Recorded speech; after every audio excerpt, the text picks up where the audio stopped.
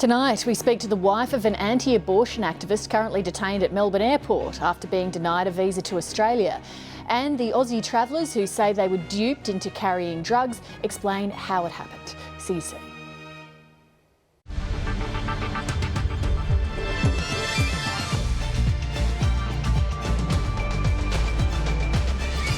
Russia's major intervention in the Middle East gets the Pentagon talking to the Kremlin. US military officials have been in touch with their Russian counterparts to set up those conversations. Declining chocolate tourism, the Cadbury factory to close its visitor centre. It's very much part of the culture and history of our city. Mounting pressure on the state for an open tender on Tasmania's gaming monopoly. The public should be put first, not the incumbent monopolist. And 40 new Hobart scientists after 120 job cuts. It's a bit like taking from one hand and giving to the other.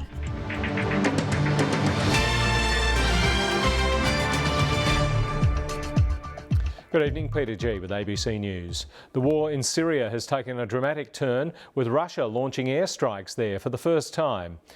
The Russians say they were targeting areas held by Islamic State, but the US disputes that, saying Russia's bombing rebel areas, shown here in red, to help its ally Bashar al-Assad.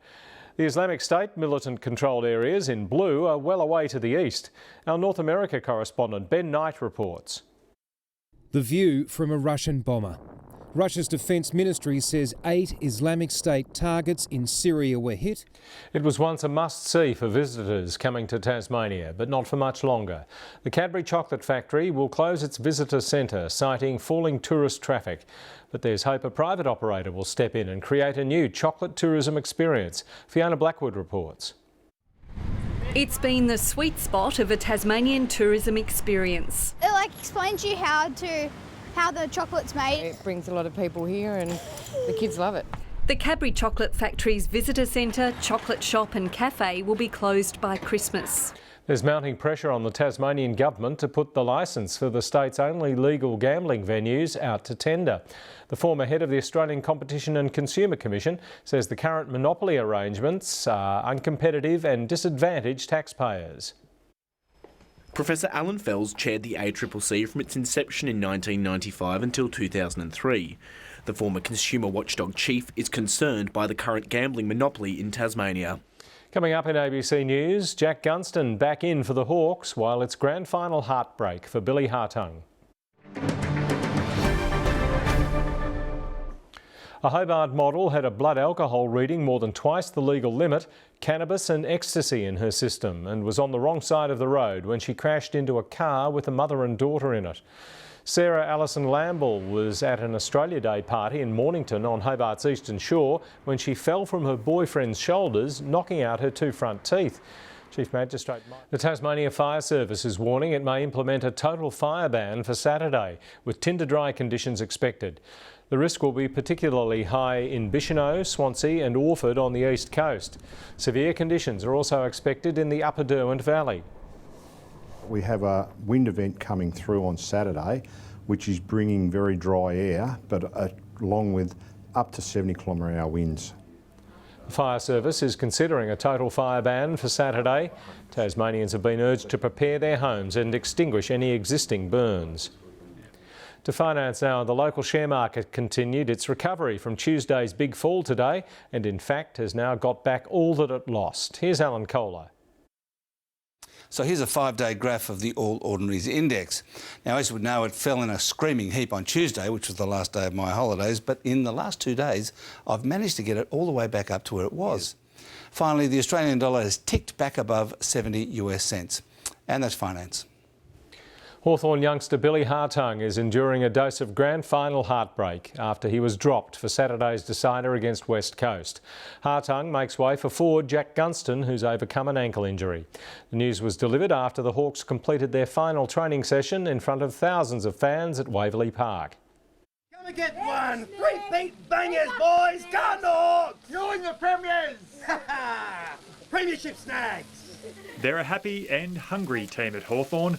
Fans turning out in their thousands to give their heroes a rousing send-off. And the Melbourne Aquarium has staged a novel grand final tipping competition. The Gen 2 Penguins had the opportunity to pick their winner, They were able to add coloured stones to their nests, and it was a competitive real estate market. They could choose yellow stones for the Hawks or blue stones for the Eagles. They did prefer the yellow, so I think Hawthorn will come through with a win. They also were not very happy with the West Coast sign, so I think it's not a good look for West Coast. But considering the clubs share yellow as a team colour, you could argue the Penguins have had a bob each way. Anna Chilcott took tonight's weather photo of a Mount Wellington sunset from Margate. Here's Simon McCulloch, who agrees with the Penguins. Very much so, Peter. Cold front across the state today, resulting in very cloudy conditions, plenty of showers in the west and a few showers pushing through into the east, mainly in the southeast, and of course very windy conditions as well. Maximum temperatures today, as a result, were a little above average in the east and south, but below average elsewhere. The state's high was 20 degrees at Hobart Airport, while overnight temperatures a degree or two below average and down to -2 at Lyowini. Hobart's range 6 to 19, Launceston 6 to 15, 15 for Devonport and 14 for Burnie. Expected for Burnie and Devonport a top of 17. Should be fine for Launceston, 7 to 21, becoming windy for St Helens. A fine day for Strawn and Swansea, and windy for Hobart, but fine, range of 9 to 24. On sunrise tomorrow at 5:42. Coastal waters, northwesterly winds of 20 to 25 knots, reaching 30 knots about the west and northeast, and up to 35 knots in the south. Southwest swell of around 4 metres in the west and south, a westerly swell in Bass Strait, a southerly swell in the east. There's a gale warning for the south coast, strong wind warning for the east and west, small craft wind alert for the lakes. To the weekend outlook, on Saturday, high to the northeast. It should be fine until some light showers develop about the southwest in the evening ahead of a front. A warm to hot day with fresh and gusty northwesterly winds. Fine for Burnie and Devonport, sunny for Launceston, fine and windy for Hobart, but a top of 29. That's about 12 degrees above average. On Sunday, a front crosses early with high moving to the north. Fine and mostly sunny, apart from some early showers about the west and far south. Still a westerly flow, but at this stage it should be sunny for Burnie and Devonport. Sunny for Launceston and sunny and 21 for Hobart. That's tonight's weather. Here's Peter. Thanks, Simon. Before we go, a recap of the day's main stories. Russia's launched its biggest intervention in the Middle East in decades, bombing targets in Syria. And Cadbury's closing the visitor centre at its Claremont factory. That's ABC News for now. I'll be back with an update in about an hour. Next up, 7:30 with Lee Sales.